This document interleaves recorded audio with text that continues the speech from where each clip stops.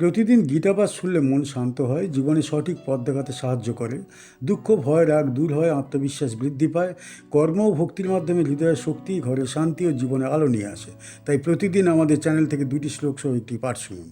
ইয়য়া স্বপ্নম ভয়ম শোকম বিষাদম মদমেব চ ন বিমুঞ্চতি দুর্মেধা ধৃতি হিসা পার্থ তামসী। হে পার্থ, যে দৃঢ়তা দ্বারা মূঢ়বুদ্ধি মানুষ ঘুম, ভয়, শোক, বিষাদ ও অহংকার ত্যাগ করতে পারে না, সেই ধৈর্য তামসিক বলে পরিচিত। ইয়য়া মানে যার দ্বারা, স্বপ্নম মানে নিদ্রা,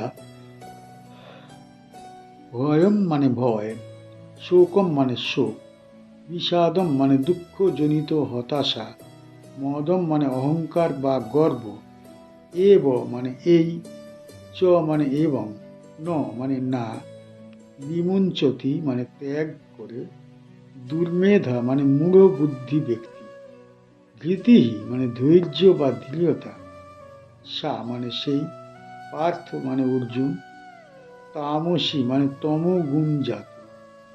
এই শ্লোকে ভগবান ধৈর্যের প্রকৃতি ব্যাখ্যা করছেন।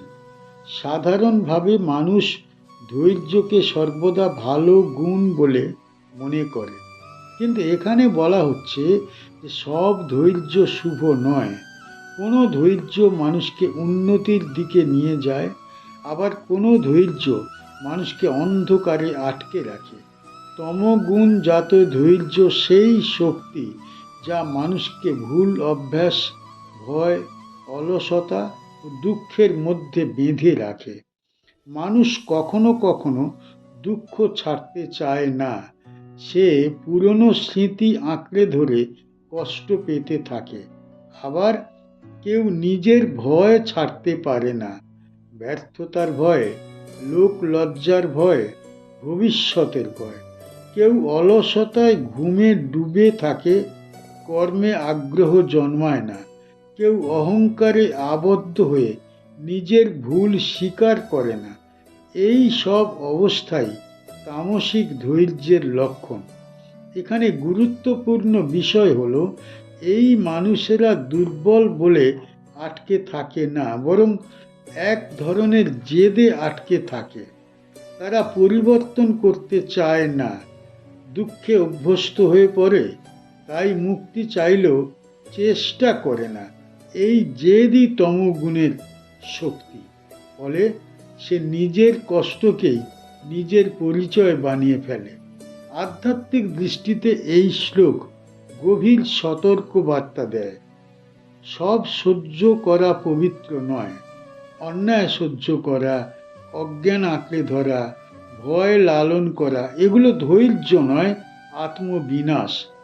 প্রকৃত ধৈর্য মানুষকে আলোয় নিয়ে যায়, তামসিক ধৈর্য মানুষকে অন্ধকারে আটকে রাখে।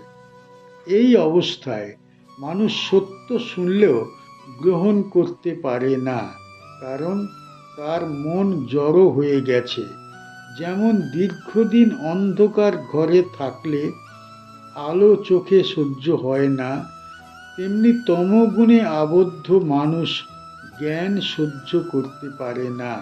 তাই সে একই ভুল বারবার করে এবং নিজের অবস্থাকেই স্বাভাবিক বলে মনে করে। অষ্টাদশ অধ্যায়ে ভগবান ধৈর্যকে 3 প্রকার বলেছেন: সাত্ত্বিক, রাজসিক ও তামসিক। এই শ্লোক তামসিক ধৈর্যের ব্যাখ্যা। এর আগের অংশে তিনি সেই ধৈর্যের কথা বলেছেন যা সাধনা ও আত্মসংযমে সাহায্য করে। এখানে তার বিপরীত অবস্থাকে বোঝানো হয়েছে, যাতে অর্জুন বুঝতে পারেন কোন মানসিকতা আত্মার উন্নতি রোধ করে। আমরা এই শ্লোক থেকে কি শিখতে পারি? মানুষকে নিজের দুঃখের প্রতি আসক্ত হওয়া উচিত নয়। দীর্ঘদিনের কষ্টকে নিজের পরিচয় বানালে মুক্তি অসম্ভব হয়। ভয়কে লালন করলে শক্তি নষ্ট হয়। অলসতা ধরে রাখলে প্রতিভা নষ্ট হয়। অহংকার আঁকড়ে ধরলে জ্ঞান প্রবেশ করতে পারে না। এই শ্লোক আমাদের শেখায়, যা আমাদের অন্ধকারে রাখে তা ত্যাগ করাই প্রকৃত সাহস। অভ্যাস ভাঙা কষ্টকর হলেও সেটাই জাগরণ। ভক্তি, জ্ঞান ও সৎ কর্মের মাধ্যমে মনকে জাগ্রত করতে হবে। অতএব জীবনে ধৈর্য রাখব, কিন্তু অজ্ঞানতা রক্ষা করবার জন্যে নয়, সত্য গ্রহণ করবার জন্যে। তখন ধৈর্য মুক্তির পথ হবে, বন্ধনের কারণ নয়। সুখম তুইদানিম ত্রিবিধম শ্রীণু মে ভরতর্ষভ অভিয়াসাদ রমতে ইয়ত্র দুঃখান্তম চ নিগচ্ছতি। হে ভরত বংশের শ্রেষ্ঠ, এখানে 3 প্রকার সুখ সম্বন্ধে আমার কথা শ্রবণ করো। যে সুখ অভ্যাসের দ্বারা আস্বাদিত হয় এবং যার ফলে দুঃখের পরিসমাপ্তি ঘটে। সুখম মানে সুখ, তু মানে এখন, ইদানিং মানে এই সময়, ত্রিবিধম মানে 3 প্রকার, শ্রীণু মানে শুনো, মে মানে আমার থেকে, ভরতর্ষভ মানে ভরত বংশের শ্রেষ্ঠ অর্জুন, অভিয়াসাত মানে নিয়মিত চর্চা দ্বারা, রমতে মানে আনন্দ উপভোগ করে, ইয়ত্র মানে যেখানে, দুঃখ মানে দুঃখ, অন্তম মানে শেষ, চ মানে এবং, নিগচ্ছতি মানে পৌঁছে যায় বা প্রাপ্ত হয়। এই শ্লোক সুখের আধ্যাত্মিক ব্যাখ্যার দ্বার খুলে দেয়। মানুষ সাধারণত সুখ বলতে ইন্দ্রিয় তৃপ্তিকে বোঝে। সুস্বাদু আহার, আরাম, প্রশংসা, সম্মান, ভোগ এগুলিকেই সুখ মনে করা হয়। কিন্তু এগুলো ক্ষণস্থায়ী অনুভূতি, শেষ হলে মন আবার শূন্য হয়ে পড়ে। তাই ভগবান এখানে এমন সুখের কথা বলেছেন যা অভ্যাসের দ্বারা ধীরে ধীরে জন্মায় ও স্থায়ী শান্তি দেয়। অভ্যাস শব্দটি অত্যন্ত গভীর। মানুষের মন স্বভাবত চঞ্চল এবং ভোগে আসক্ত। তাকে একদিনে বদলানো যায় না, কিন্তু প্রতিদিন সামান্য সাধনা, জপ, ধ্যান, শাস্ত্রপাঠ, সৎকর্ম ও ইন্দ্রিয় সংযম করলে মন ধীরে ধীরে নতুন পথে অভ্যস্ত হয়। প্রথমে এতে আনন্দ অনুভূত হয় না, অস্থিরতা বাড়ে, কারণ মন পুরনো আসক্তি হারাতে চায় না। কিন্তু ধৈর্য ধরে চলতে থাকলে এক সময় মন শান্ত হয় এবং ভিতরে অকারণ তৃপ্তি অনুভূত হয়। এই তৃপ্তি সাত্ত্বিক সুখের সূচনা।